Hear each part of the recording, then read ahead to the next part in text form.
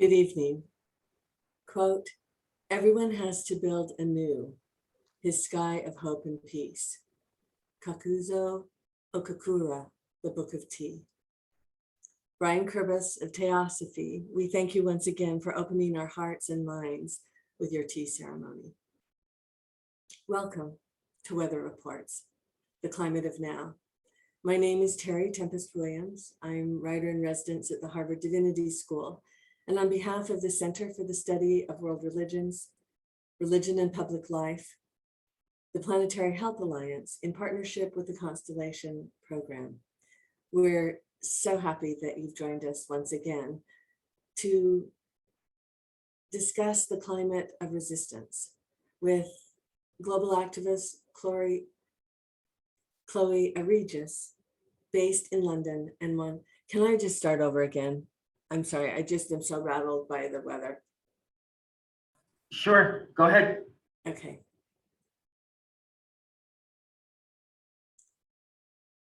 Good evening. Quote, everyone has to build anew his sky of hope and peace, unquote.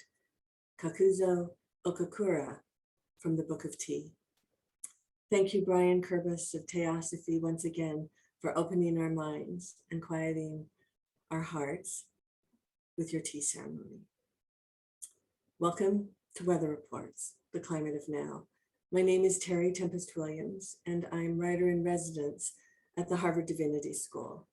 On behalf of the Center for the Study of World Religions, Religion and Public Life, the Planetary Health Alliance, in partnership with the Constellation Project, we are so happy that you're with us this evening as we gather to discuss the climate of resistance with global activists Chloe Aregis and Wanjira Maathai. They are coming to us from London and the forest in Kenya. We will also be joined by Geraldine White Dreyfus, who will be our respondent for this evening. This is the climate of resistance, and we see it all around us, whether it surrounds issues of race, sacred land protection, fighting fossil fuel companies, or the protection of water. The climate of resistance is the reproductive rights of women, or the right to vote. We see it both on the political left and the political right, in the Northern Hemisphere and in the global South. And sometimes what we seem to be resisting most of all is how to listen to one another and work together in the name of getting something done as the world burns. Real generosity, writes Albert Camus in The Rebel, toward the future lies in giving all to the present. Let me say that again. Real generosity toward the future lies in giving all to the present. So what does resistance look like in Kenya? What does resistance look like from the point of view of Riders Rebel and Extinction Rebellion in the UK? What does resistance look like as a daughter of a Nobel Peace Laureate, or the daughter of a diplomat who is also an internationally known poet? We have in these two remarkable women tonight a legacy of resistance that has informed their own extraordinary leadership.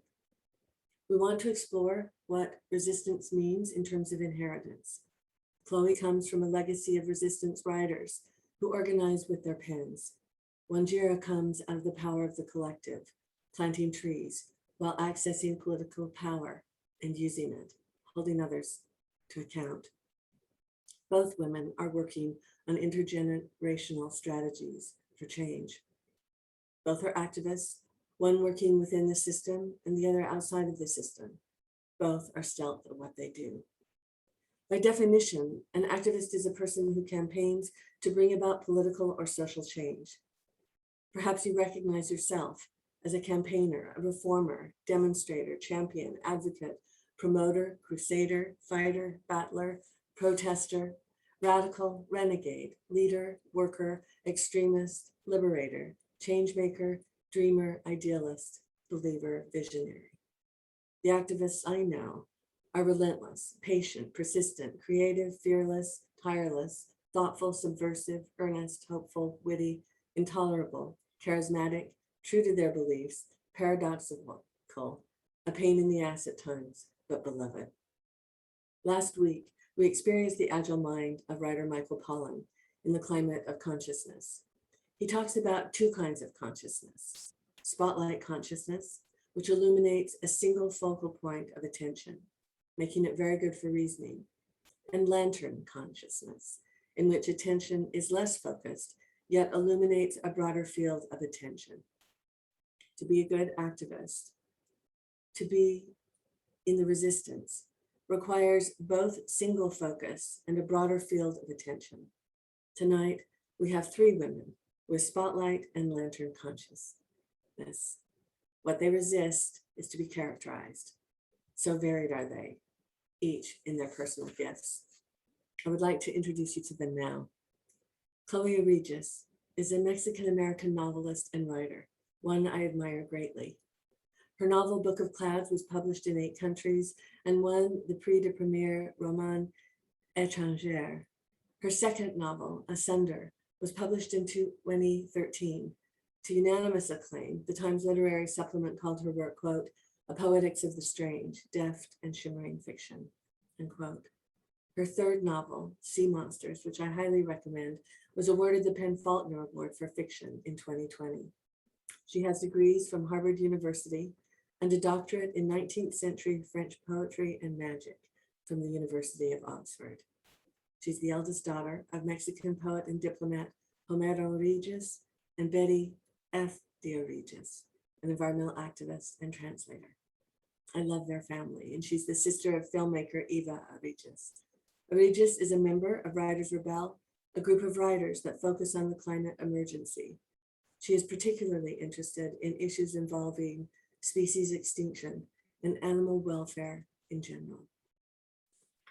Wanjira Maathai is a Kenyan environmentalist and activist, and you'll meet her tonight in the forest of a site that she will explain, a forest that her mother, Wangari Maathai, saved.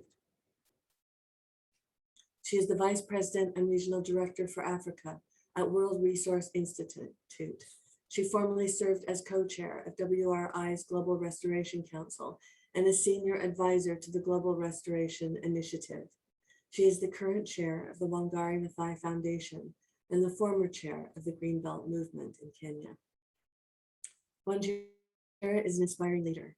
I have known her for many years, although we've been out of touch, so it's a pleasure to see her tonight. Wanjira is raising the visibility of global issues such as climate change, youth leadership, sustainable energy and landscape restoration at Women Entrepreneurs in Renewables, the Wangari Maathai Foundation, and the Greenbelt Movement, the organization her mother, Wangari Maathai, a close friend of mine, the Nobel Peace Prize laureate in 2004, who founded the Greenbelt Movement in 1977. And lastly, we're honored to have with us tonight Jarlyn White-Dreyfuss, who will be our respondent this evening, a dear friend from Utah and an award-winning film producer. In 2007, Dreyfuss co-founded Impact Partners, a documentary production company alongside Dan Kogan. And in 2013, Dreyfuss co-founded Game Changer Films, a production company which only finances films directed by women. She's been the executive producer for more than 100 films on issues of social justice and environmental justice, whose films have won Oscars and Emmys and world acclaim, and most importantly, changed how we see the world. Among them are Born in the Brothels, The Invisible War, The Square, The Hunting Ground, and The Great Hack. While at Harvard University, she taught documentary filmmaking with Dr. Robert Coles and co-facilitated the film series, The Politics of the Unseen, at the Harvard Divinity School in 2019. Jarlyn is as generous with her community and young filmmakers as she is beloved. We're going to do something a little different tonight. For the first 20 minutes, Chloe and I will be in conversation, followed by Wanjira and Jarlyn, who will have a conversation for the next 20 minutes. And then Chloe and I will join Jarlyn and Wanjira for a unified conversation. Chloe? How are you?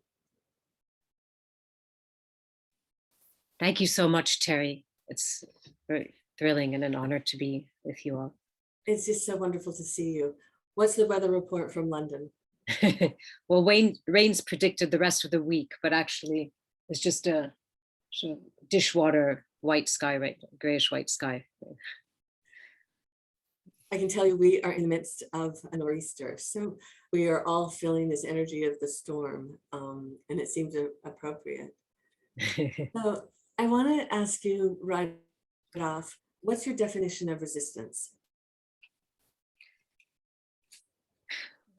Well, I guess to not accept the status quo, not to accept what you're taught and what the conversation around you, and more than anything, not to accept what the government and the media say. And with the climate emergency, that's been we had it, of course, in the past, the tobacco lobbies and pharmaceuticals, but now with the climate emergency, it affects every single being on the planet, and more than ever, I think we have to find a way of, well, actively resisting. It's no longer enough to just not believe what we're told, but to every one of us as individuals. And the time, it's so critical that it's everyone within every sphere has to rise up however they can and have a voice, whatever medium they feel comfortable.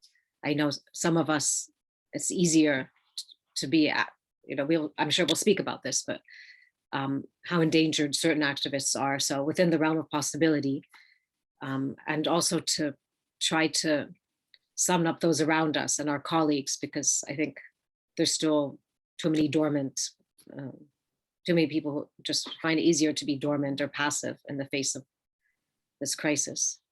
Why do you think?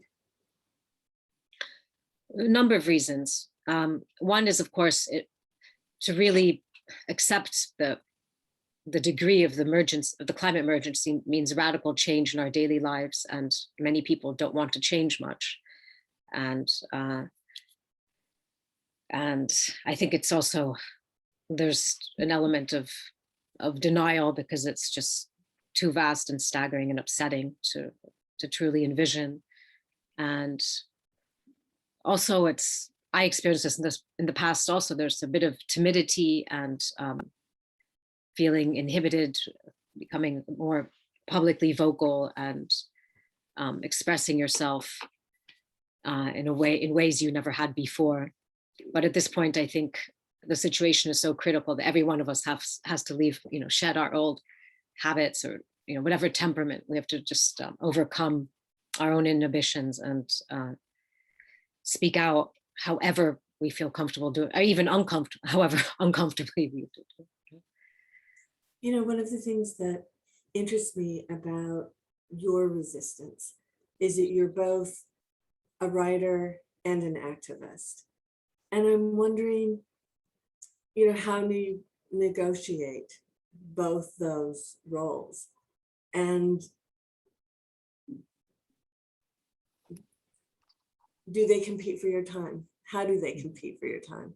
Can you talk about that, the marriage or the tension between being a novelist and being an activist? No, it's a very good question, because it's one I think about often.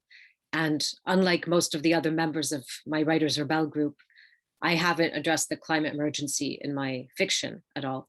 And it's sort of, they run parallel in my life. My fiction, which I've realized, even though I do to some extent write about fragile ecosystems, even though they're mostly urban, and I try to bring in urban fauna as a way of just acknowledging the fact other species are implicated in every human story. But I haven't, up until now, I haven't had the urge to write, I guess what they call a cli-fi novel, or a novel that addresses so many of the anxieties that I feel on a day-to-day, on an hourly basis. And when we started our Writers Rebel group, a part of our mandate was precisely that, that we said not every single writer within our group has to address these themes in our fiction in our work. But what we do all have, the responsibility we all carry is to introduce them into every single forum, every single platform. So anytime, any sort of public speaking or event, to introduce them into the conversation. And I think that's very little to ask of any writer at this point. And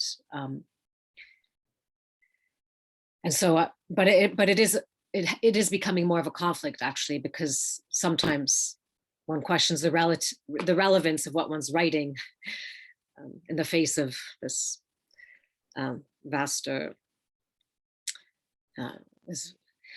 On the other hand, we also need to have worlds we can escape into at moments, and not be reminded every moment of what we're facing and living through. And as long as, I think, within one's life, one can have a balance.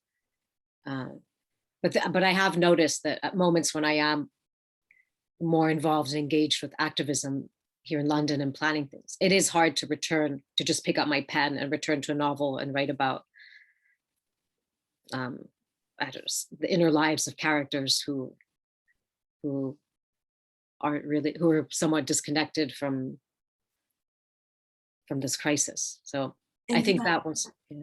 I think any good writer, has these themes buried, just having read Sea Monsters, your most recent novel, about a young woman, I think she's 17, who leaves her family in Mexico City and joins a young man to go to Oaxaca. And there's a line in there where you talk, and it's to see a troop of dwarfs. And there's so much written about the ocean in that novel. But I think equally as important, it's about the journey, the anticipatory journey is always so much more than the actual journey itself, and how one person leads you to another. And I was thinking, even our journey as activists, Mhm. we never really know where we're going. We only know what is pulling us forward. So Exactly. I feel the hunger and I feel the resistance in each of your novels. I'm curious, with this rising tension gnawing at you, do you think you will incorporate climate in one of your novels, or do you think they'll continue being parallel, one informing the other? I think I will reach a point where I think I am reaching a turning point where it's almost inevitable. In the novel I'm finishing now, they're bats. They're urban London bats, but of course bats were very much in the news last year at the start of the pandemic.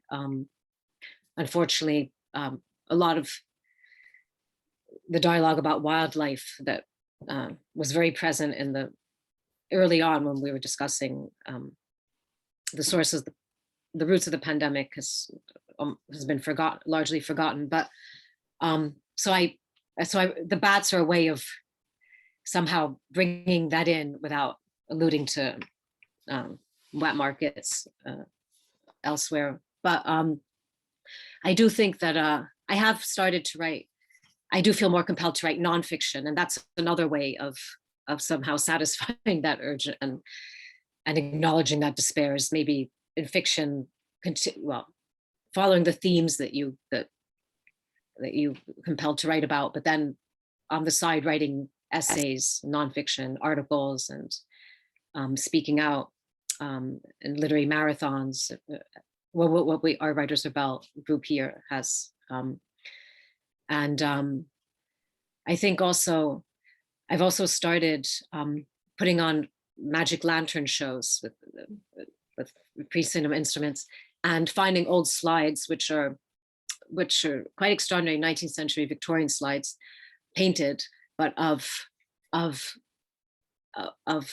sort of catastrophes. So, and I'm thinking of ways now of maybe I've already created one lantern show where I mention looking after the terrestrial, and they have wonderful images that one could use, but just finding ways of maybe introducing a visual element also. And.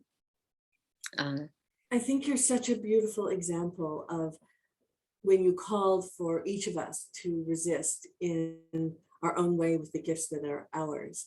You're doing that as a novelist, as an activist, as a member of a very large literary community, in many ways that you were born into. Can you talk about what was that like growing up with Homero, Regis, and Betty, Mhm. who started Grupo de Cien, who have been involved in diplomacy, who are artists and translators in their own right? What was that like? And how do you view your inheritance from them in the name of resistance? Well, I think it has had a profound influence and has been a profound inspiration. And from early on, I realized that how cultural figures could also very much play a role in influencing public opinion and, at least at the time, pressuring governments and officials to change their minds about disastrous environmental projects. Sadly, I feel it's becoming more difficult. And of course, social media now um, often is a very dangerous counter to what um, more, well, at the time at least, truthful and supportive media was publishing about the destruction of the natural world. But anyway, growing up in Mexico City, we had something called thermal inversion, which would have at times the air was so leaden and trapped within our valley, our city surrounded by mountains, that birds would drop out of the sky into gardens. And it was so shocking. And for a month, I remember one January, we didn't have school for a month because it was too dangerous to leave our homes. So we grew up very much haunted, reading headlines and haunted by the destruction of nature within our own country, not really even thinking at all on a global scale. And three of the victories that the Grupo de los Cien, my parents had, was which is the group of 100, was all in defense, campaigning for migratory species, as you know. So they managed to close the sea turtle slaughterhouses that used to line the Pacific coast, which was a horror. Turtles would come to nest and lay their eggs in the sand, and then men would appear with machetes at night. And my father also managed to get the president of the time, Salinas de Gortari, to create monarch butterfly sanctuaries in Michoacan, in the state he's from. So the monarch butterfly winters there, and there's still tremendous logging going on, but he managed to at least create these protected areas. And then the third victory was with Mitsubishi and the Mexican government, well, against Mitsubishi and the Mexican government, who had plans to to drain the lagoons in Baja California and create salt mines, exactly where the gray whale comes to breed every January. So anyway, growing up, so there were moments of euphoria and really feeling like, if you bring enough, the feeling that if you were just to bring together enough voices and especially in Latin America, where public intellectuals are extremely well respected. We had even Plácido Domingo and so many people from classical music world, but also above all writers and artists and philosophers. And so I grew up feeling very inspired and feeling like it was possible. Now, of course, environmental activism, as elsewhere in the world, has become much more dangerous. And in Mexico, it has one of the highest tolls of especially indigenous leaders having been murdered. Recently, one man who was defending the monarch butterfly sanctuaries. Last year, a man who had a sanctuary for the howler monkeys in Chiapas, and he was protesting against an illegal mining project, and he was found murdered. And so it's very difficult not to despair. And here in London, the activism is, we don't put our lives on the line the way I'm sure Wanjita and others will speak about it today, but I'm very aware that I'm here in the comfort of my flat in London. And even though Extinction Rebellion and our group encourages, it is all about non-violent civil disobedience and disruption, and people do get arrested. You spend a night in the police cell and are freed the next day. And part of the reason Extinction Rebellion it was founded here, but it also has been able to thrive is because of the, relatively gentle policing, which of course has started to change under this government. But Chloe, I remember attending at the invitation of your parents, the Grupo del Cien, and it changed me. It was in 1994. I met you and your sister Ava as girls.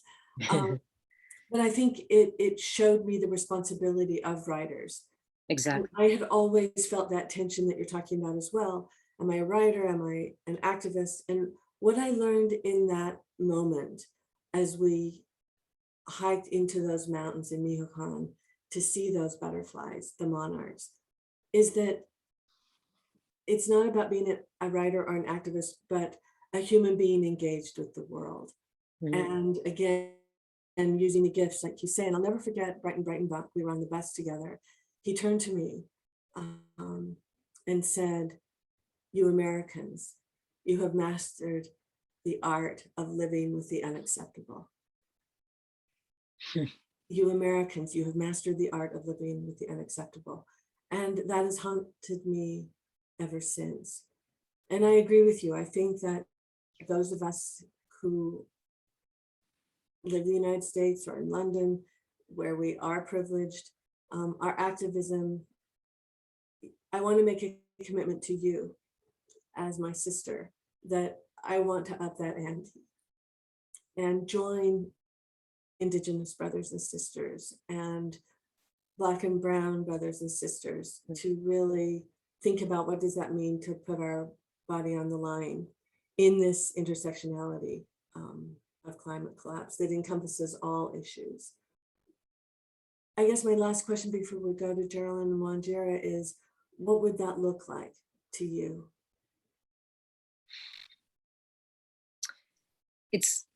It's difficult. Well, speaking just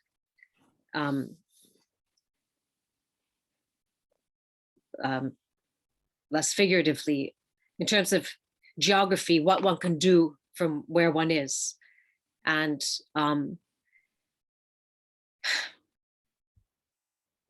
this is something we discuss constantly within Writers Rebel, as how can we, have, and we do have,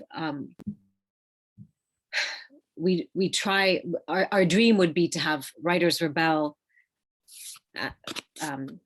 chapters around the world and in countries where it could really use a lot of international support and of ways of supporting activists on the ground and who are really endangering their lives, and giving them as much of a voice here and the Writers Rebel chapter in New York, and just amplifying their voices as much as possible and drawing attention to the everyday dangers they may encounter during their protests. So that would be one way of doing it. And then as for, well, I haven't met, I suppose we'll talk about it late in a moment, but also other species. Again, it's the idea of just never being very careful to never narrow the conversation. And now everything is global and all inclusive. And it's not about, here we have, in England, we have the highest rate of vanishing wildlife in all of Europe, and tons of sewage being poured into our rivers, and hedgehogs who were part of everyone's imaginary when they were growing up. It's 99% of hedgehogs that are gone. It's just, so you have the wildlife vanishing before your eyes. In Mexico, we have this president who has 4 ecocidal mega projects. And so anyway, but just to return to your question, Terry, I think one way is to create an even stronger network of communication between us all, because I think that's still, and it's so inspiring when we do all speak to each other, and you realize the battles that are being fought elsewhere, and you think there is immediately that despair, but also that feeling of what more can I do from where I am. Well, I think that it's this paradox again. You write about it. And maybe this is my own projection, but when you talked about fugitive notes, that how do we marry these two strands together? Because I think the most powerful activism is local, because that's where the authority comes from. Exactly. And Yeah. you bring so many different people to that cause. I know right now in Utah, Great Salt Lake is vanishing, and that's the most significant wetland surrounding Great Salt Lake in the Western Hemisphere. And I know that's what we're thinking about now, but it's also a global issue. But I want to read this one paragraph of yours, and then we can turn it over to Geraldine and Wanjira. Fugitive notes, and this is, you're talking about Oaxaca and the beach versus Mexico City when you left your home to go on to this journey. I thought of the distress that would unleash in them, your parents.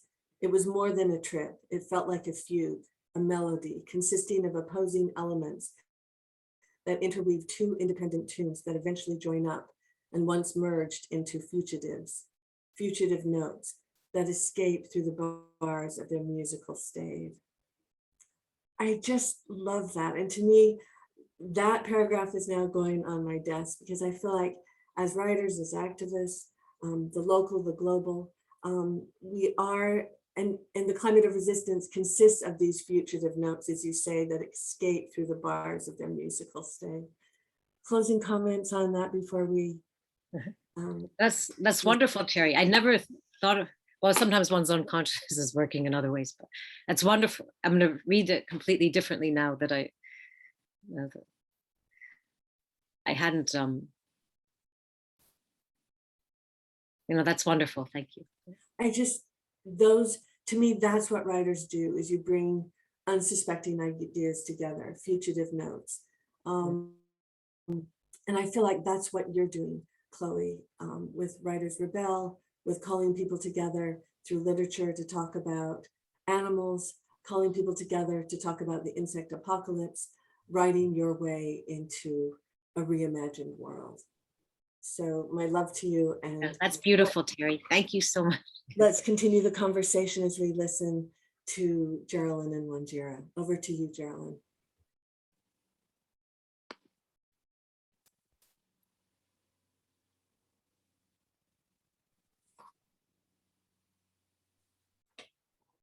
Good morning and good afternoon to Wanjira and Kenya.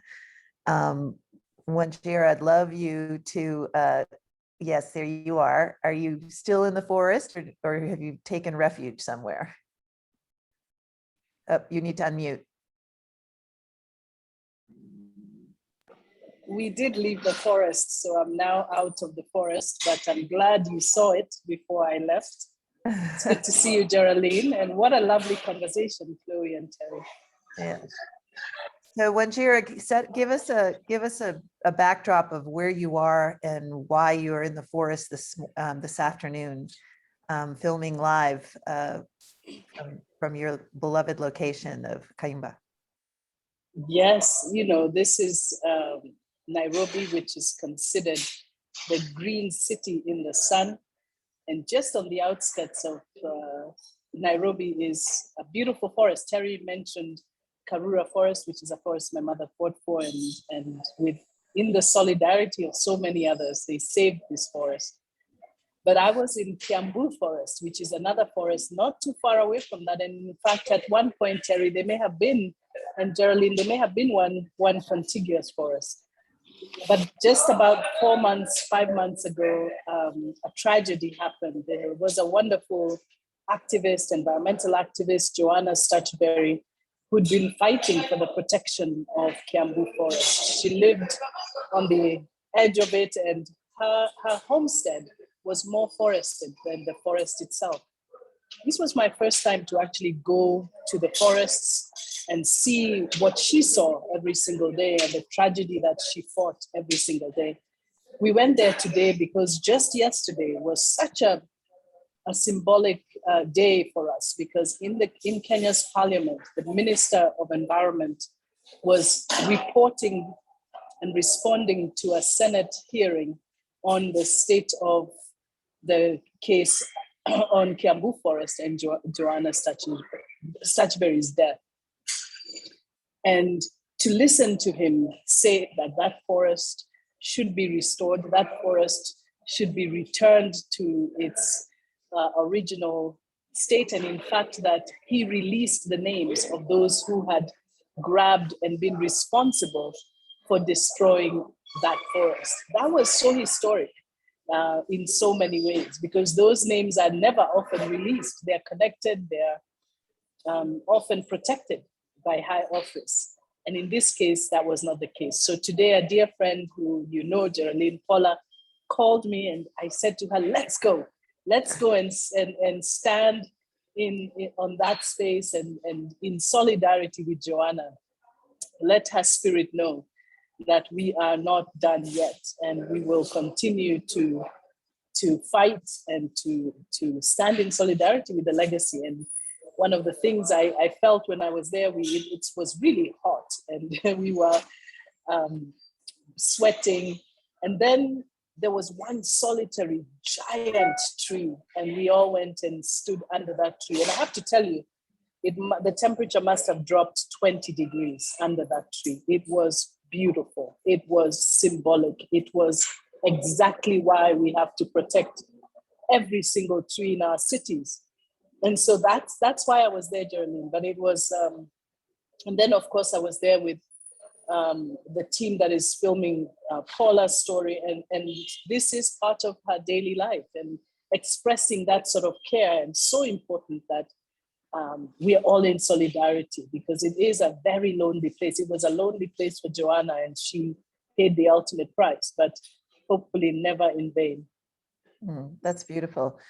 Joanna was senselessly murdered, and Paula and you and many activists put pressure, I think, on your government to release those names, and maybe talk about that strategy of resistance. Like, how did you achieve that historic moment where they were acknowledged, and what will be the repercussions, or what will be the strategy, or for any kind of reparation or justice on her behalf?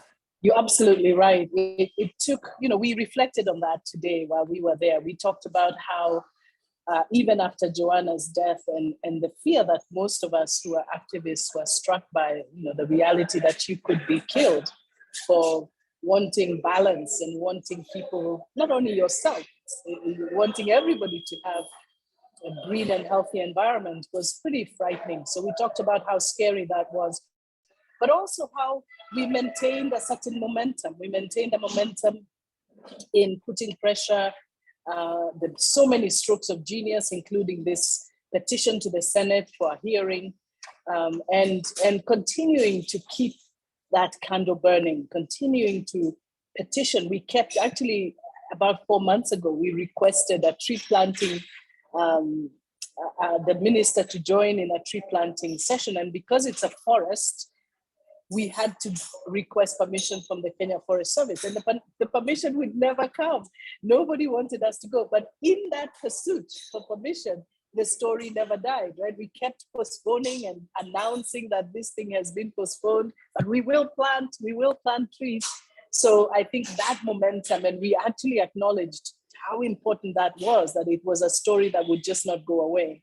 And we had at one point talked about how we could have some sort of symbolic band or something that people would ask, what's that? And we would tell Joanna's story and the story of Kiambu Forest. But it was just the momentum that was kept. And what happened yesterday from the highest office is indicative of the fact that there's some alignment with the policy. Every Kenyan has a right to green space. Forests are protected spaces, and these are gazetted. There was no degazettement. So these are illegal allocations of land that I hope the government will see through the recommendations. I have never seen in a long time, I can say, government minister speak in the way that the minister spoke yesterday. I felt a deep sense of hope.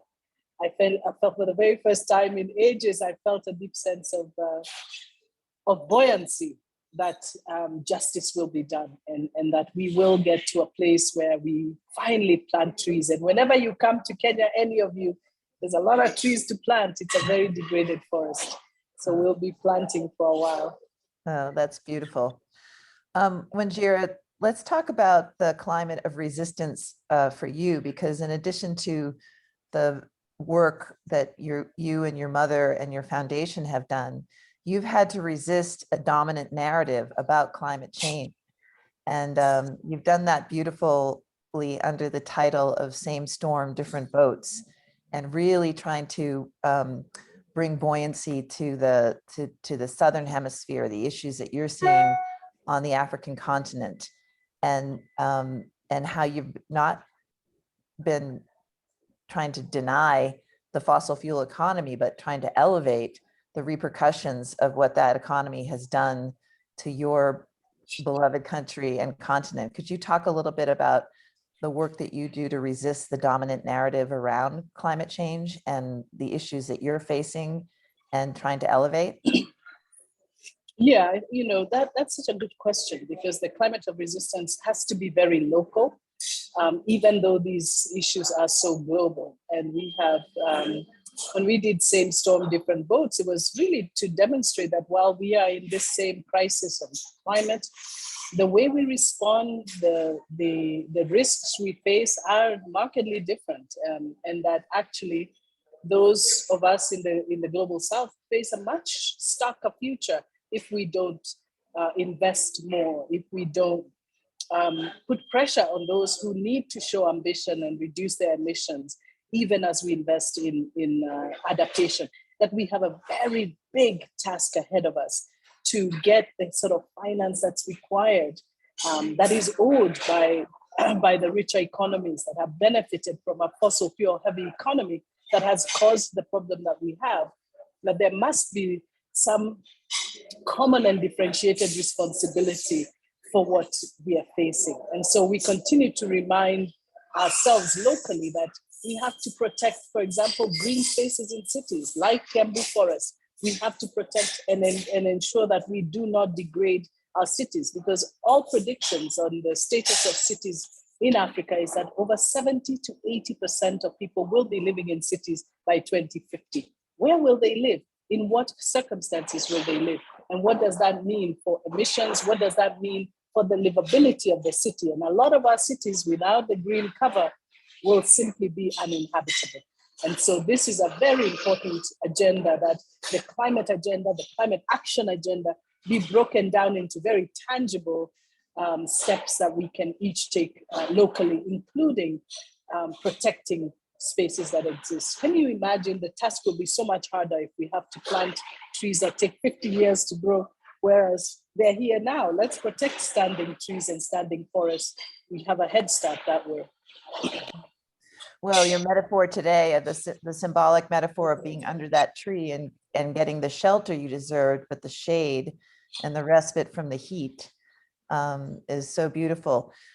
For our viewers, of which there's over 20 countries and 1,000 people online with us, talk a little bit about the climate of adaptation, or the investment for adaptation, because those of us in the West or in the North keep thinking about prevention, and you're actually calling for an investment that is already here of adaptation. And where are the areas where you're seeking investment to adapt to what has already happened with climate change? Right. I mean, I think two things important to remember for all of us is that adaptation is not only a Southern agenda. That if you look at the summer that has just come by, the floods in Germany, the fires in California, the floods in Southern America, and then of course, you look at Africa, Sudan now facing the worst flooding in 60 years.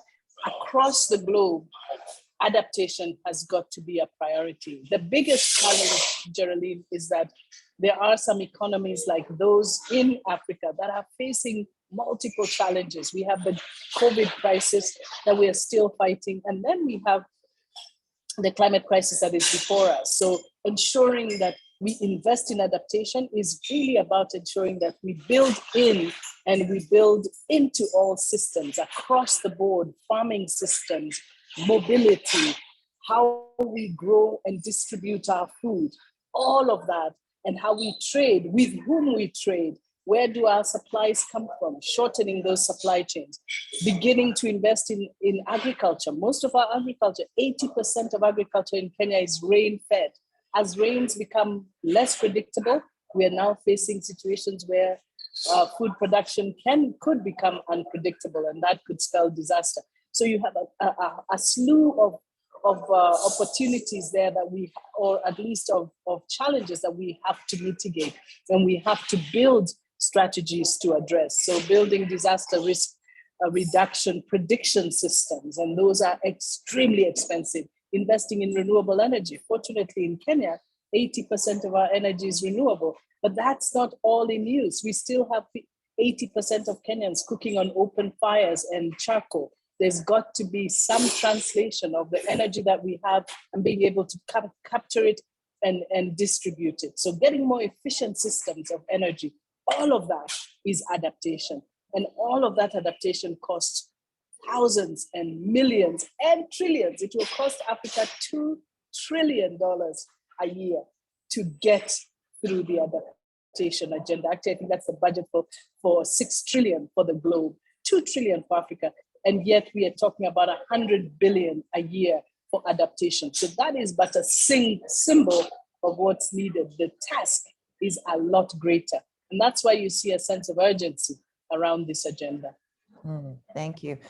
Wanjira, you've been advising the COP26 for the continent of Africa, and tell us a little bit about the strategy going into Glasgow this coming week, and what is your strategy for resistance, but also making sure that this platform is heard.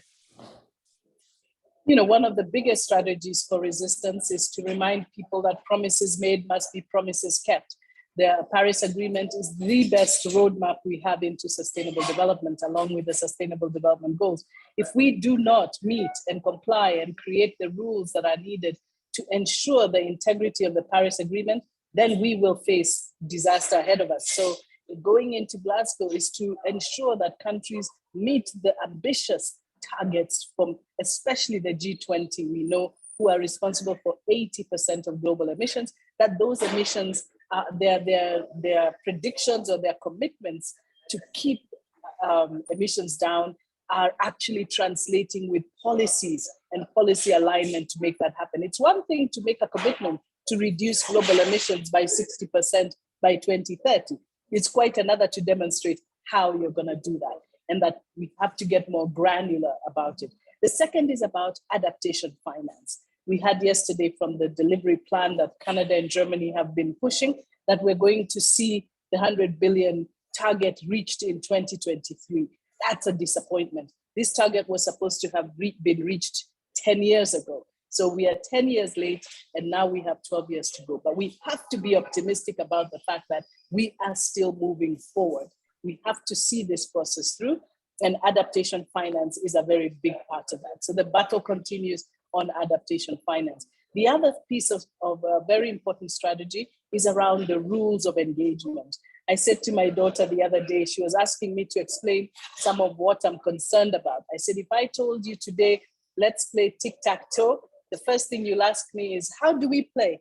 Because you need rules. You need rules of engagement. The Paris Agreement and the parties to the Paris Agreement have not completed the rule book. We don't have all the rules to ensure that we have integrity, transparency, and accountability. So all of that is part of what we are hoping Paris will deliver. That's beautiful.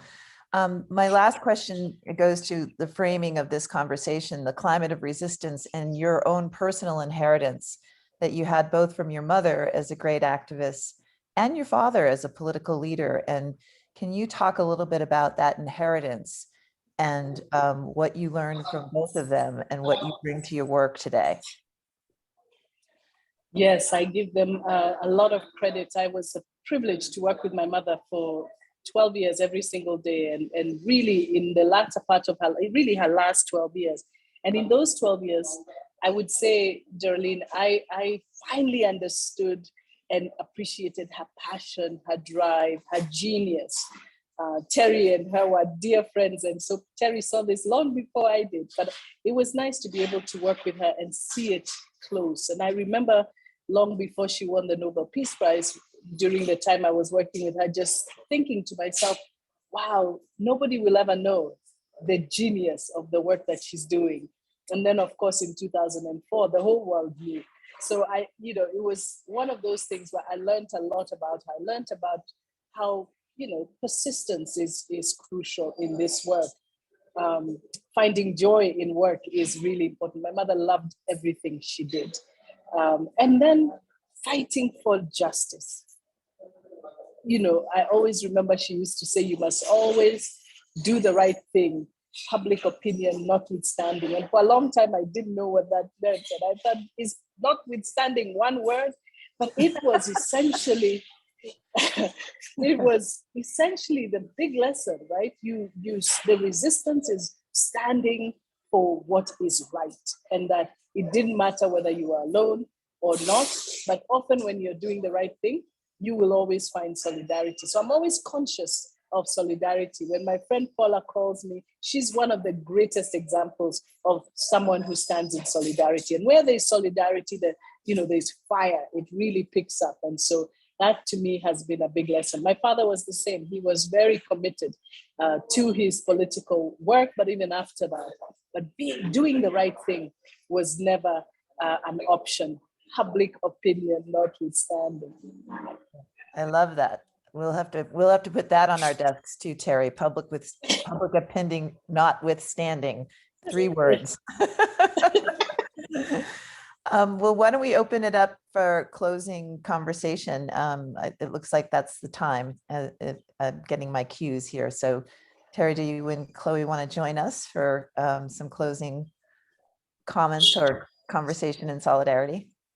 That was wonderful and so inspiring. Thank you. Wanjira, I miss you so much, and what you talk about with her passion and drive and her genius is so moving. You made me remember something when she came to our house with your brother in Castle Valley. We hadn't seen each other for decades, even though we'd been in touch. And I said, what have you learned? And she said, what I've learned is that if you create the open space of democracy, then you have to stand inside it or someone else will. And I so admired that not only did she initiate the Greenbelt movement and work side by side with women, but she became one of the ministers of forestry, right?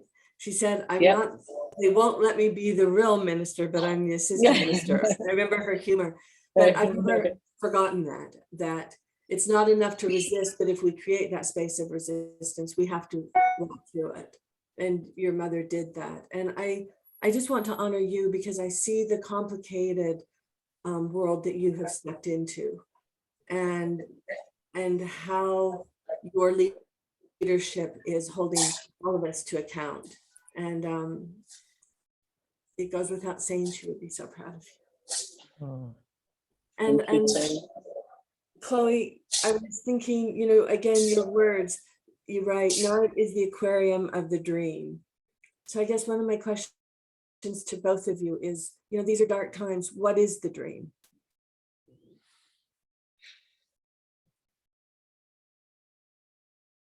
Do you want to go first one? I think she's on mute again. Yeah, sorry. What is the dream? Well, I think the dream is a more just, fair. I always think of justice and fairness because it just is balance. It's balance because there's joy there. There's a sense of calm there. There's a sense of Gandhi's words, there's enough for everyone's need, not enough for everyone's greed. So that comes to mind for me. Yeah, there was this moment at the beginning of the pandemic last year when the stillness, when the world was stilled and animals were reclaiming their habitat, and you suddenly had these wonderful images of animals reclaiming urban space too. And just thinking, there was a moment when we were all dreaming of a much more, what Extinction Rebellion is, a regenerative future, but one where everyone had their own habitat, and the destruction of the habitat of others would finally be brought to halt, and somehow that we would emerge from this pandemic with even those who had been resisting before, with a much fairer and also generous, Right. compassionate sense towards others. But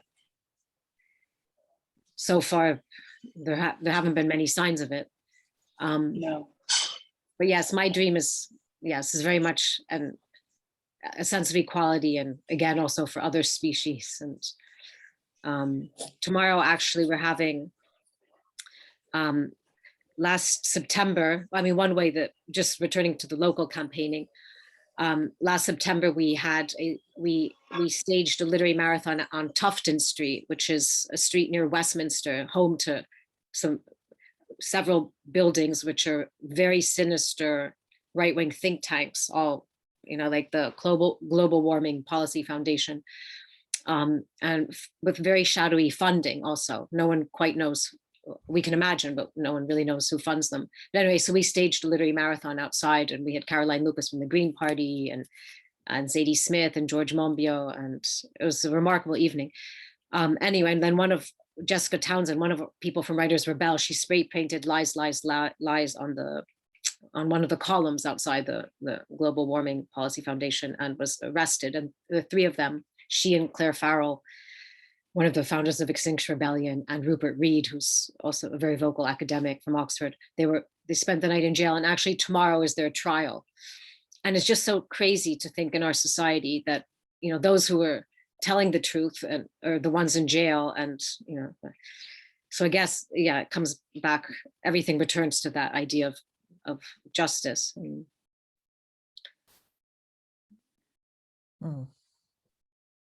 Beautiful. Carolyn, you had some questions. Mine are really just how we use our words and our platforms. And I think Wanjira's, as I've come to know you, you've been really dedicated to the next generation of leaders and activists on the African continent, and lifting them up. And maybe just speak a little bit about that work and some of the remarkable young women that have been under your tutelage in Paula's.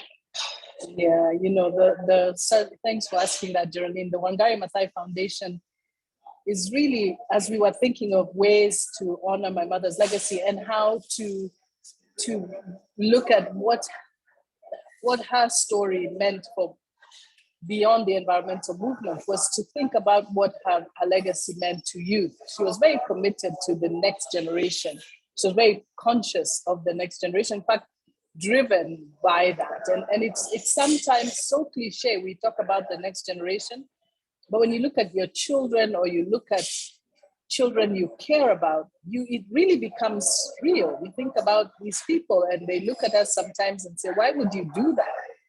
And so that, to see young activists who are often talking about how inspired they were by my mother, and started their activism. We started the foundation, a program in the foundation to support climate activists and to give them platforms and help them organize. They lead the foundation in many ways. I meet with them once a week, but they're leading and they have ideas, they're courageous. They write letters to the high office, which we say, use our letterhead. And when it comes with the Wangari Maathai Foundation letterhead, it says something, but it's these young people saying, why are you cutting trees in this forest? And giving them voice and giving them prominence. And we have Liz Wadhuti now, who is globally recognized, and supporting her and her platforms and her work. It has been a great joy of my life, really, when you consider what she's doing and the fact that she's a lot more courageous than any of us have been. It's been really great to see. I usually Terry, hide behind this concept that courage skips a generation. So I don't consider myself that courageous, but I think that these young people like Liz, Vanessa, and others are pretty impressive. You know, I love the of courage that is sustained focus, because it's been my experience that people that I feel have the most courage would not call it that, but they have had that sustained focus. You are both women who have chosen not to look away from hard things. And I'm wondering for the students who are listening in around the world, who are experiencing climate grief, who at times feel despair and overwhelmed, how would you counsel them? What would you say to them? How do you continue? How do you keep going in the midst of really hard things? Chloe, let's start with you. Well, I guess Sorry, I feel like I lost you. Yep, you're still here, Ranjira. well, choose maybe a local battle or campaign, whether it's Harry, you joined us earlier this year for our Insectageddon event about the vanishing insect kingdom. If you have choose do a bit of rewilding in this, if you live in a city or countryside, which also now, well, wherever you are in the world, somehow give something to nature if you can. Plant trees if find out about local programs or schemes, or come up with your own. If you have creative urges, then express yourself through writing or making some work of art. And sort of now with Writers Rebel, we have something called Paint the Land, and it's land art, and writers coming up with just one word phrases or slogans, and then creating it out of even debris on a beach and photographing it and posting it on Instagram. And there are many ways of amplifying the message. And one person, look at Greta Thunberg, there's one person who can just cast ripples across the world and across whole generations. So I think the despair, we all feel grief and despair and rage, because those who can make a difference still aren't changing their ways. But for the rest of us, there are many ways of expressing finding a channel, a means of expression, and then also coming up with a local project or campaign. I think it can just, what they always say, action is the antidote to despair. And I think whoever you are, wherever you are, there's something you can be doing that will at least help you channel into something and make, like, even if you're saving the life of 80 bees, that's already extraordinary, and a whole mini ecosystem. Ranjira, thank you, Chloe. I would say not so different. I love what you said, Terry, about not turning away. I think sometimes in grief or in moments like that, when you engage, the clouds will lift. My mother always said, every cloud has a silver lining. You must find it and hang on to it. And so I often think that when I am going through what seems like intractable challenges, and I just think, let me find the silver lining. There must be one somewhere, because I need to hang on to it. That really, that giving up is not an option. And so we just keep plowing on, that there is some justice, divine and otherwise, that will not see us crumble. But if we just sit back and acquiesce, then maybe then not much will happen. So giving up is not an option means we plow through and find those moments when it will lift, because it does, it so often does. And we have enough examples of that. I think that's what inspires. That's I beautiful. love that. When you engage, the clouds will lift. I will remember that. Sherilyn, a last question. I just think that as a filmmaker, we look at a lot of climate films, whether they've been investigating cover-ups or embedding within movements or following emerging activists like we are with Paula and Liz and Vanessa, and the conflict that happens within these movements. Certainly, Chloe, you've seen that with Extinction Rebellion between a father and a daughter, where there's been conflict, where there's been, you know, a challenging of a narrative to open it up, to be more intergenerational and to really represent justice more. And I'd just love you both to speak to the role of this next generation of leadership that is demanding that climate justice be part of the narrative, and how we do that. Resistance requires that open space of democracy where we have to make room for new voices, but also for a shifting landscape and shifting narratives. So what are you learning from the resistance within the movements that you're part of, especially from an intergenerational space? What are we not hearing enough of, that we need to take heed from within the climate of resistance and the movements that you're both building? Are there any cautionary tales there? I would say they're cautionary, but I have to say intergenerational conflict is quite real these days, where I think we assume that everybody understands the other. There's such a difference between generations in how they address and how quickly they move, how they think. There's a bit of a short circuiting in how young people address issues that I think unsettles the generations that are earlier. I've faced that quite a bit, and you haven't given it enough thought. You haven't, but you just have an instinct, and we've been taught when you have an instinct, you go. So there's a little bit of I would say, that conflict that I think would be wonderful to explore at some point. But I think one of the things I admire when I look intergenerationally is just the lessons. And one of the lessons for me has been solidarity. I don't know a generation than the one that came before me that stood together, that they were showing up for each other. Today we are so busy, we don't show up for each other. We hear somebody is meeting, see Chloe got out and she went to the march. Not everybody does that. And it's so important that we do show up for each other, because that solidarity is what fuels movements. We care, but we are seeing a lot more Twitterati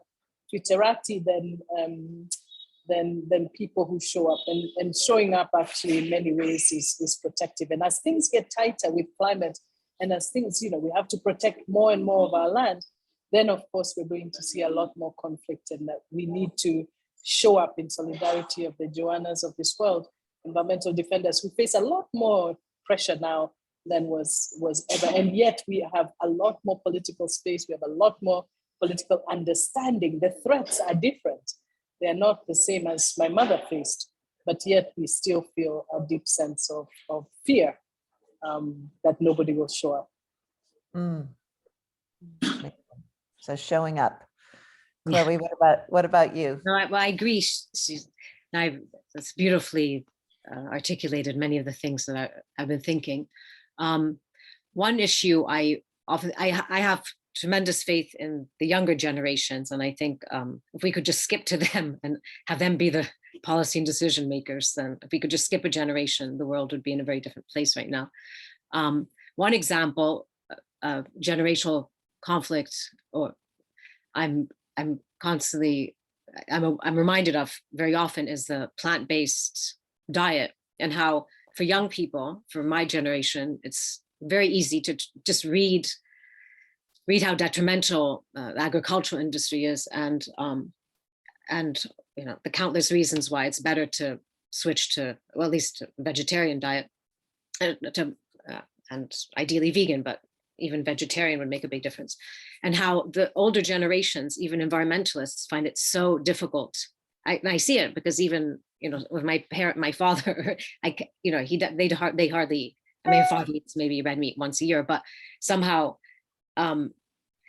fish and chicken and just, I see how older generations find it almost impossible to make that change, because it's just, it's been decades of having a certain diet. But for young people, we're still much more open to that sort of, and you just you one day to the next, you can see a film, Seaspiracy, and stop eating fish from one day to the next, or Earthlings, or well, any documentary or one article, and that can change one's daily habits almost overnight. But that's one issue, for instance, that I'm very aware seems to still be generational, that we're open to, well, I'm not as young as 25-year-old, but how overnight one can make quite a dramatic change in lifestyle, and that's just much more difficult for older generations, even if they share, even for those who share our environmental anxieties. It's somehow, it's something I think about quite often. Yeah. That's just Terry, adding. Geraldine, Mhm. sorry. Oh, no. I'm just getting a lot of interruptions. Were we supposed to have finished at 3? That's what my office is trying to tell me. They are looking for me. Okay. I'm like, no, I'm having a very good conversation. What's your problem? Scheduled. We thought we would end, first of all, with our gratitude to both of you. Chloe, you in London, Wanjira, you in Kenya. You have brought a global perspective to us about what resistance looks like, what it means to show up, what it means to engage with the gifts that are ours, and the power of solidarity in supporting one another. Wangari Maathai writes, "There comes a time when humanity is called to shift to a new level of consciousness. That time is now." And in closing, Chloe and I are going to read one of her father's poems called "To a Monarch Butterfly." And again, Geraldine, I want to thank you. Wanjira, thank you. Chloe, thank you. And to all of our audience, we thank you. And we stand with you in each of your locales with gratitude and solidarity. To a monarch butterfly, with my love for Homero. You who go through the day like a winged tiger, burning as you fly, tell me what supernatural life is painted on your wings, so that after this life, I may see you in moonlight. A una mariposa monarca, tú que vas por el día como un tigre alado, quemándote en tu vuelo, dime qué vida sobrenatural está pintada en tus alas, para que después de esta vida pueda verte en mi noche. Beautiful. Beautiful. Thank you, all of you, and please take special care. And we stand with you. Thank you, everybody. So wonderful and Thank you, inspiring. Terry. Thank you, so Chloe. What a treat. I hope I'll you. meet you sometime. Me Lovely. too. I hope. Yeah. Tell me if you come to London. Geraldine, I'm coming to Glasgow. Will you be there? No, I'm I not- wish. Or you're staying away? You're smarter than me. Okay, carry on. Carry on. See you soon, Geraldine. I hope Thank we'll see you. you in Nairobi. Terry, take care. You're beautiful as always. Yes, thank you so much for organizing this too. And Thank now you, we can Terry. share a cup of tea. Thank you. We have our tea now. Yeah, No. but Yeah. bye-bye. Bye.